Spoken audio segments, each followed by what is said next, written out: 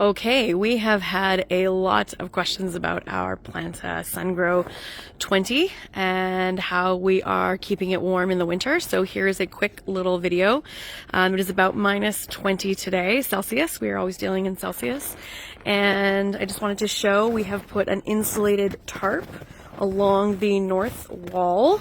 So you can see here, it's not that thick. It still slides underneath, but it is about a centimeter or so, and it slides underneath all of the metal brackets.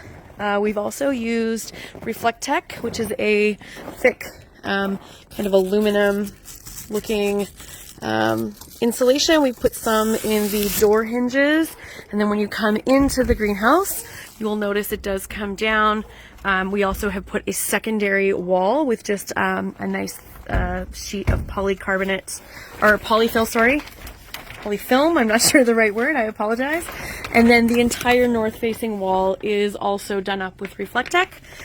This is to help when it is sunny out, which it isn't right now, but the sun would reflect and come to this wall and down to our soil beds. These beds are just made out of totes that are black, so they have been seeded, and then again we have this to insulate them because we don't have external heating yet. So these have been seeded, and the bottom row is full of water. They were filled with hot water to start with to help keep that insulated, and again when the sun hits it does heat that up.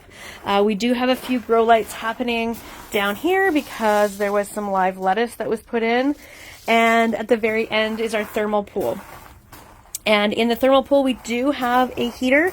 This is just a very simple heater set, not that high. It's set so that the water does not freeze. So you can see that it's set to 63 degrees Fahrenheit. I'd have to check what that is in Celsius. This is just keeping the water from freezing, which is helping us with our thermal mass. As you can see, it's -20 out. It's actually quite nice and comfortable. We've also added a layer of that thermal there. And then the back wall has a very similar, so that the final door is also closed over. We won't be using that at all this year. We have a little bit of compost happening in the corner, and this will actually be our light system will be hung up, and we will have a Dutch bucket system on this side on the south facing wall. So this is where we're at so far. We are still in the process of setting things up, and we hope you will come to Green Igloo website or Facebook page and follow along with how things are growing. Wishing you all the best from cold and snowy Red Deer, Alberta.